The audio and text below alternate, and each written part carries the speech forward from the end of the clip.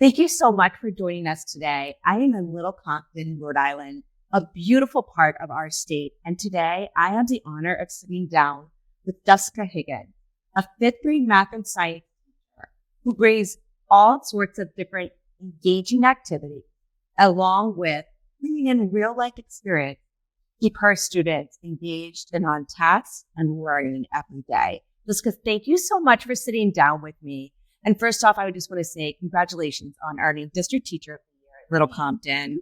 That's amazing. And I'm not surprised as I've learned more about you and kind of like your background of everything you bring to your classroom, your life experiences.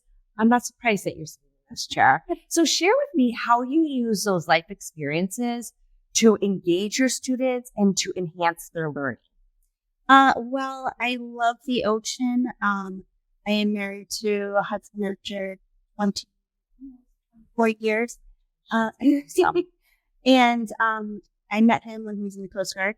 And so we moved all up and down the East Coast and Gulf of Mexico with that position. And along comes being close to the water, ocean. I have that special connection with the ocean.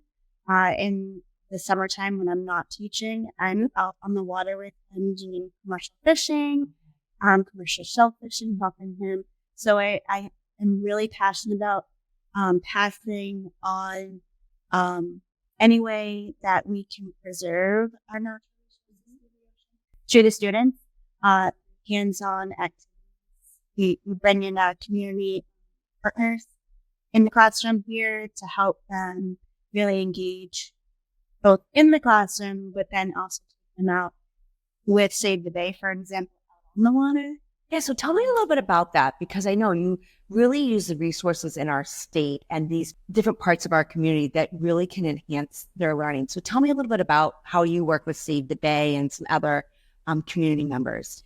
Well, Save the Bay has a great program, hands-on program, where they invited us out onto Narragansett Bay, and we go and trawl for whatever they can pull up off the bottom.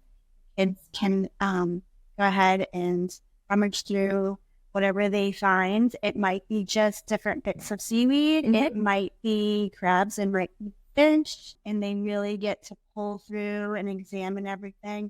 Really see how the Bay is doing to be able to support life. And, is it deteriorating? Is it improving? Where does it stand? And that kind of feeds out throughout the whole community too, because, the kids, they're down at that beach, they're down, right at the water all the time. Being right on the ocean, and your community especially.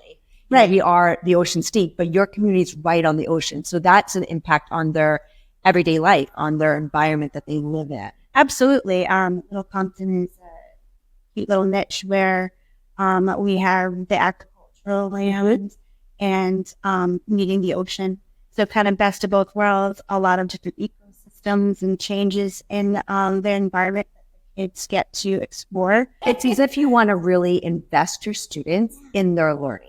So it's not just that they come into your classroom daily and you present your lesson and then they move on.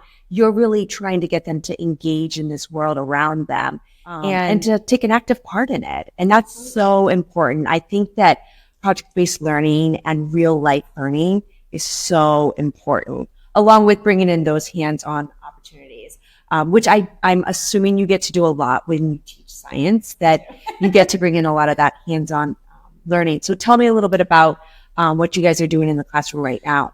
Currently, right now, we have DEM partnering with us to bring trout in the classroom. So the students have been able to nurture 75 trout eggs, watch them hatch, and now they're at the level where they're small little fry. And the end of next month, we're looking to release them into Simmons Mill, which is a local watershed. And the community hopefully will be able to come out and help us as well. Last year, the state Senator Reed had invited all of the science classrooms to participate in a program where students could video themselves, where they could ask astronauts up in the International Space Station a question. So we did all do that last year, and one of our students was selected out of hundreds of applicants over the state to be able to participate in it. And we had a NASA Lollapalooza school event where we all watched live the astronaut answer one of the students' recorded questions. And that was really exciting, right? Just so exciting. Again, yeah. Well, and an astronaut, like a real astronaut. We're not reading about them. We're not watching. This is live, in the moment, an astronaut that's, taking the time to answer one of your students' questions and really kind of validating our students right here, which is such a great opportunity and just almost like an honor for that student, right? You're doing great things. You are. So, and the kids are really invested in their learning, and then hopefully it opens doors for, maybe students who didn't think that they were interested last time in working in space, that maybe they would possibly take up that field down the road. I think that's just the best advice we can give our students, right? That there's so many doors. And the more that they invest in their learning, the more you give them opportunities. Those doors keep opening, and they have so many opportunities ahead of them. So the students, they have that thirst for knowledge. And if there's anything that I can do to help foster that thirst, or to, they have those wondering questions, kind of bring out more of those so they have that opportunity to explore both the state and also, their surroundings, and maybe just learn a little from me, or, personal experiences that I can share with them from throughout the country. That's all I think it's great that I can tell you really take on that facilitator role in the classroom, which is how our students get to learn from each other. Exactly. They learn from you, and then they learn from the community around them. Exactly. In our science program here and our math program, for instance, they do have that inquiry-based learning where that leads the way for them to explore, and not just me coming out and telling them, whatever the lesson is for the day. They're actually taking charge of their own learning in a way. Yes. So Jessica, tell me a little bit about the Teacher at Sea program at URI that you're a part of. Oh, yes. So this past year, I went ahead and I applied for Teachers at Sea through URI. And I was selected as one of the 12 teachers to go for this year. We had our first trip planned for November, got weathered out December, got weathered out. We're hoping to go in June. What I love is that you're continuing your learning. Absolutely. And I think as professionals, we always have to do that. We always have to take those opportunities to learn a little bit more in the field of education.